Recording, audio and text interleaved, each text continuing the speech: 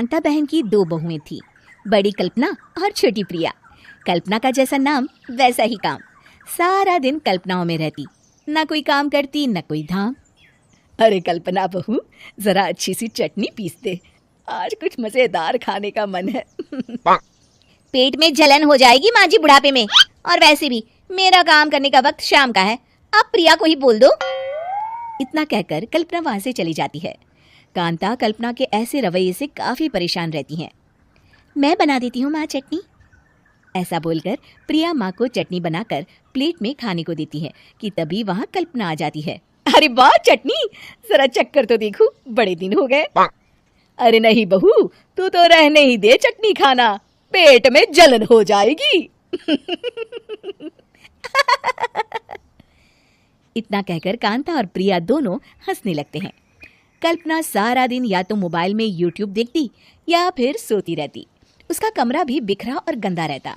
एक दिन कल्पना का पति अशोक उससे कहता है, अरे कल्पना, जानवर भी उस जगह को साफ कर लेता है जहां वो बैठता है, तुम तो इंसान हो, कैसे इतने गंदे कमरे में रह लेती हो? देखो सारा सामान यहाँ वहाँ बिखरा पड़ा है। ज्यादा अपनी माँ का बोल ना बोलो। हाँ, कमरा तुम्हारा भी तो है, गंदा लग रहा है तो साफ कर लो। पता नहीं तुम्हारे साथ मैं कैसे जिंदगी बिताऊंगा। इतना कहकर अशोक वहां से चला जाता है। कल्पना बस खाना खाने कमरे से बाहर आती और फिर से कमरे में चली जाती। इससे कांता बहन काफी परेशान रहती। एक दिन प्रिया कांता से कहती है, माँ, मैं सारा दिन काम करके थक जाती हूँ, आप कल्पना दीदी से कहिए ना कि सुबह और शाम का काम बांट ले, मैं तो अब सिर्फ एक वक्त का ही काम करूँगी। हाँ। अरे तू वो भी ना करना, एक बहू तो कामचोर थी ही, दूसरी भी आ गई काम ना करने के बहाने लेकर। तभी वहाँ प्रिया का पति रमेश आ जाता है। माँ, मैं देख रहा हूँ भाभी कोई काम नहीं करती, प्रिया सारा दिन घर और रसोई का काम करती है, अब कुछ करो ना माँ। कांता मन में कुछ सोचती है और कल्पना के पास जाती है। कल्पना फोन पर मेकअप करना देख रही होती है। कल्पना, तुम सारा दिन बस मोबाइल देखती हो, घर का कोई काम भी कर लिया करो। प्रिया सारा दिन काम करके थक जाती है।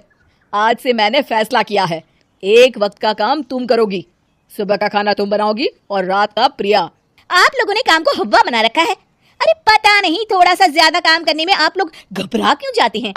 और हाँ, बहुत ज्यादा प्रिया की तारीफ मत करिए मेरे सामने, बड़ी बहू तो मैं ही रहूंगी। मैं कुछ नहीं जानती, कल सुबह मुझे वक्त से खाना चाहिए, रसोई में आ जाना, वरना कल से तुझे खाना नहीं मिलेगा। अगली सुबह कल्पना रसोई में नहीं आती है।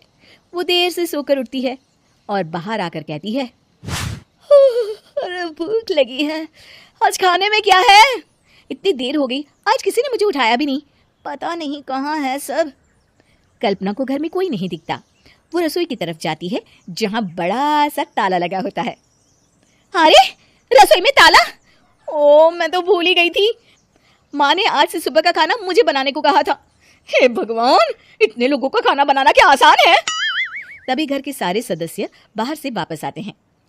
वाह माँ जी, मजा आ गया छोले भटूरे खाकर। मेरे मुंह में तो अभी भी स्वाद आ रहा है। अरे कल्पना, तेरे भरोसे रहते तो हम तो भूखे ही रह जाते। कल्पना को बहुत गुस्सा आ जाता है।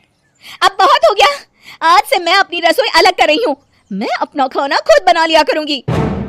कल्पना अपनी रसोई अलग कर लेती है, पर आए दिन उसका देर से उठना और काम न करने की आदत से वो भूखी ही रह जाती थी। उसी के सामने घर के लोग अच्छे अच्छे पकवान खाते और कामचोर कल्पना को जैसे तैसे ही खाना बनाकर खाना पड़ता। पर एक दिन तो हद ही हो गई। माँ, दीदी आज सुबह से कमरे से बाहर नहीं निकली, हमें जाकर देखना चाहिए। सो रही होगी कामचोर कहीं की, पर तुम कहती हो तो चलो देख लेते हैं उसे। कल्पना कमरे में पेट पकड़कर बैठी होती है। हाय मेरा दर्द, पेट दर्द के मारे मर रही हूँ मैं।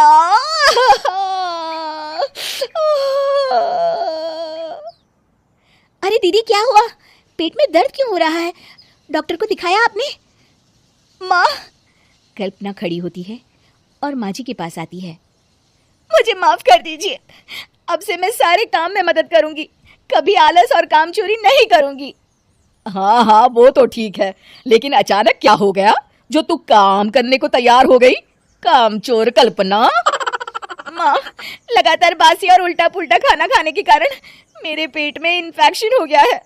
काम ना करना पड़े इसलिए मैं 2 दिन का खाना एक दिन ही बना लेती थी।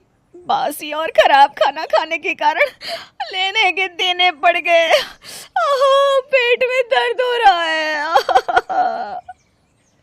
चलो अच्छा हुआ देर आए।